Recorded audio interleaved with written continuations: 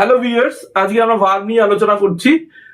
সৌরজগতে সূর্য যেমন খুব গুরুত্বপূর্ণ, সূর্য ছাড়া সৌরজগৎ ভিত্তিহীন, তেমনি ভার্ব ছাড়া ইংরেজি গ্রামার ভিত্তিহীন। ভার্ব যদি তোমরা ঠিক মতো না শিখতে পারো তাহলে ইংরেজি গ্রামারের কিছু করতে পারবে না। আমি গ্যারান্টি দিচ্ছি, আমার ভিডিওটা ফার্স্ট টু লাস্ট দেখো। ভার্ব সম্পর্কে তোমাদের আর কোনো প্রশ্ন থাকার কথা নয়। যদি কোনো প্রশ্ন অ্যারাইজ করে তাহলে তোমরা কমেন্টে জানাবে এবং তোমাদের কমেন্ট অনুযায়ী আমরা পরবর্তী ভিডিওতে ডিটেলসে দেওয়ার চেষ্টা করব। যদি ভিডিওটি ভালো লেগে থাকে তাহলে অবশ্যই চ্যানেলটি নতুন হলে সাবস্ক্রাইব করে নিও এবং বন্ধুদের সঙ্গে শেয়ার করো। তো আজকে আমরা আলোচনা করব ভার নিয়ে। তো ভার হলো একটি শব্দ যা দিয়ে কোনো কাজকে বোঝায়, করা, হওয়া, থাকা, হওয়া ইত্যাদি। তো ভার্বকে আমরা প্রধানত দুই ভাগে ভাগ করি। একটি হলো মেইন ভার্ব আর একটি হলো হেল্পিং ভার্ব। হেল্পিং ভার্বকে আমরা অক্সিলারি ভার্বও বলি। Main verb, helping verb. এই মেইন ভার্বকে হেল্প করে হচ্ছে হেল্পিং ভার্ব। কোথাও যদি একের অধিক ভার্ব কোনো সেন্টেন্সে দেখতে পাই তাহলে আমাদের জানতে হবে মেইন ভার্বের সাহায্যকারী হিসাবে আরেকটি হেল্পিং ভার্ব বা অক্সিলারি ভার্ব রয়েছে, তার জন্য এদেরকে হেল্পিং ভার্ব বলা হয়। এবার এই মেইন ভার্বকে আমরা দুভাগে ভাগ করতে পারি, সেটি হচ্ছে ফাইনাইট ভার্ব,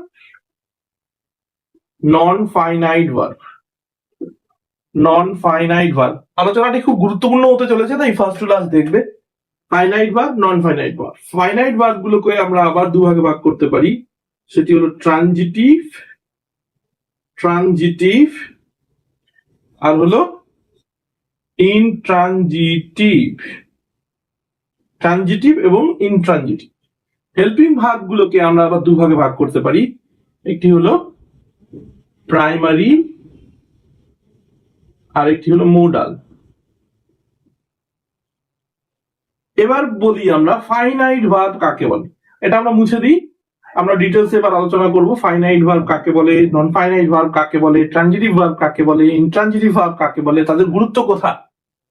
তো প্রথমেই চলে আসি আমরা ফাইনাইট ভার্বে। ফাইনাইট ভার্ব, ফাইনাইট কথাটার মধ্যেই লুকিয়ে আছে what is finite verb. Finite means limited. Finite means limited মানে হচ্ছে সীমিত, এদের সংখ্যা হচ্ছে সীমিত। এদের একটি বৈশিষ্ট্য রয়েছে, সেগুলো হচ্ছে এরা সাবজেক্ট অনুযায়ী পরিবর্তিত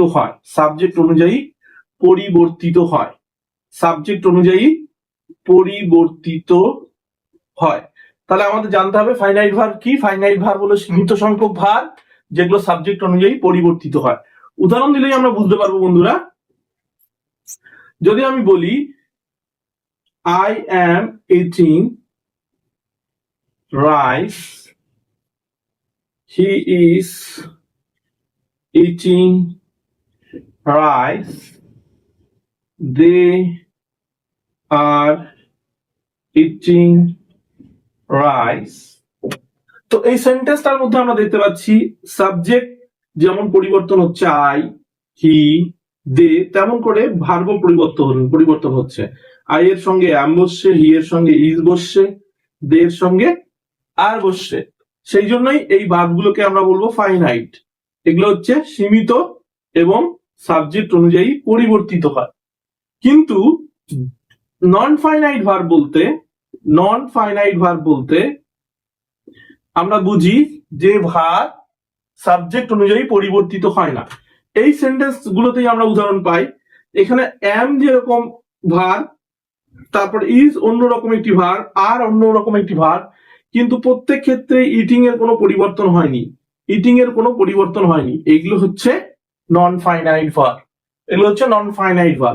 এবার নন ফাইনাইট ভার্বগুলোকে আমরা আবার তিন ভাগে ভাগ করতে পারি। নন ফাইনাইট ভার্বগুলোকে আমরা তিন ভাগে ভাগ করতে পারি, জিরান্ড, পার্টিসিপল আর হলো ইনফিনিটিভ। এবার জিরান্ড, পার্টিসিপল, ইনফিনিটিভ এগুলো নিয়ে আমরা একটা নতুন ভিডিও করব, তোমরা ভিডিওটা অবশ্যই দেখবে। এর আগে আমরা পার্টস অফ স্পিচ নিয়ে আলোচনা করেছি ডিটেলসে, তোমরা ভিডিওটা দেখে নিও। ডিটেলসে আলোচনা করা হয়েছে, মানে বেসিক পার্টস অফ স্পিচ জানার জন্য যা কিছু দরকার আমরা ভিডিওতে আলোচনা করেছি। তোমাদের যদি ভালো লেগে থাকে তাহলে ভিডিওটা শেয়ার করে দিও। এবার চলে আসি আমরা ট্রানজিটিভ এবং ইনট্রানজিটিভ ভার্বে। ট্রানজিটিভ এবং ইনট্রানজিটিভ ভার্বে। ট্রানজিটিভ, ট্রানজিটিভ যে ভার্ব এটাকে বলা হয় সকর্মক। সকর্মক, কর্ম শব্দটার অর্থ হচ্ছে অবজেক্ট, মানে অবজেক্টের উইথ অবজেক্ট। সকর্মক, যার কর্ম থাকে, অবজেক্ট থাকে। যেমন আই ইট রাইস, এখানে রাইস শব্দটি হচ্ছে কর্ম, রাইস শব্দটি হচ্ছে অবজেক্ট, তাই জন্য ইট ভার্বটি হলো ট্রানজিটিভ। কিন্তু আমরা যদি বলি আই গো টু স্কুল, এখানে গো ভার্বটির কোনো অবজেক্ট নেই, গো ভার্বটির কোনো অবজেক্ট নেই। What I go to, what I go to, এটা হোয়াট দিয়ে প্রশ্ন করলে আমরা কর্ম পেয়ে থাকি বা অবজেক্ট পেয়ে থাকি। তো হোয়াট আই গো টু এটা দিয়ে যদি আমরা প্রশ্ন করি ননসেন্স, কোনো প্রশ্ন হচ্ছে না, কোনো উত্তরও আসছে না। হোয়ার আই গো টু, আমি কোথায় যাই, তখন আমরা বলতে পারি টু স্কুল। তাই জন্য গো ভার্বটি হচ্ছে intransitive. Sun rises in the east, sun rises in the east, এই বাক্যটিতে রাইজেস ভার্বটি কোনো অবজেক্ট নেই, সেই জন্য এটাকে আমরা বলি intransitive. He ran fast, he ran fast, he ran fast, সে দ্রুত দৌড়াচ্ছে, দৌড়িয়েছিল। তো র্যান শব্দটার এখানে কোনো অবজেক্ট নেই, তাই জন্য আমরা এটাকে বলতে পারি ইনট্রানজিটিভ। তো বন্ধুরা, এতক্ষণ পর্যন্ত আমরা ভার্বের যেগুলো আলোচনা করলাম সেগুলো হচ্ছে finite verb, non finite verb, transitive verb, intransitive verb. এবার আমরা চলে আসবো মোডাল ভার্বে। এবার চলে আসবো আমরা হেল্পিং ভার্বে। প্রাইমারি হেল্পিং ভার্ব অথবা প্রাইমারি অক্সিলারি ভার্ব, আর হলো মোডাল অক্সিলারি ভার্ব। এগুলোকে খুব গুরুত্বপূর্ণ সহকারে জানতে হবে, গুরুত্ব দিয়ে জানতে হবে। প্রাইমারি অক্সিলারি গুলো কি? প্রথমে আমরা জানি be verb. Be verb present form হচ্ছে am, is, are, past form হলো was, were। তারপরে আমরা চলে আসি have ভার্বে। have ভার্বে প্রেজেন্ট ফর্ম হচ্ছে has, have, পাস্ট ফর্ম হলো had। এবার চলে আসি আমরা ডু ভার্বে। ডু ভার্ব প্রেজেন্ট ফর্ম হচ্ছে টু, ডাস, পাস্ট ফর্ম হচ্ছে ডি। এছাড়াও ভার্ব দিয়ে যদি আমরা টেন্স করতে চাই, তাহলে আমাদের আরো কতগুলো টেন্স বা ভয়েস চেঞ্জ কিংবা ন্যারেশন করতে চাই, তাহলে আমাদের আরো কতগুলো ভার্ব জানা দরকার। সেটা হচ্ছে বি, বিং, বিন, এগুলো টেন্সের ক্ষেত্রে দরকার হয়। ঠিক আছে, এবার আমাদের মুখস্থ করতে হবে মোডাল অক্সিলারি গুলো। মোডাল অক্সিলারি খুবই গুরুত্বপূর্ণ একটা জায়গা। প্রত্যেকটা মোডালের মিনিং আলাদা এবং প্রত্যেকটা মোডাল দিয়ে আমরা অন্যান্য সেন্টেন্স তৈরি করতে, বিভিন্ন ধরনের সেন্টেন্স তৈরি করতে পারি। তো মোডাল অক্সিলারি গুলো পুরোটা হচ্ছে, মোডাল অক্সিলারি গুলো আমি লিখে দিচ্ছি, তোমরা লিখে নিতে পারো।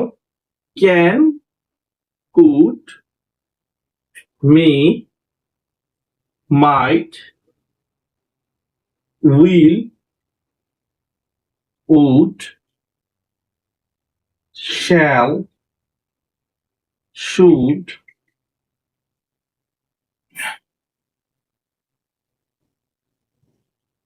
need, dare, used to, ought to,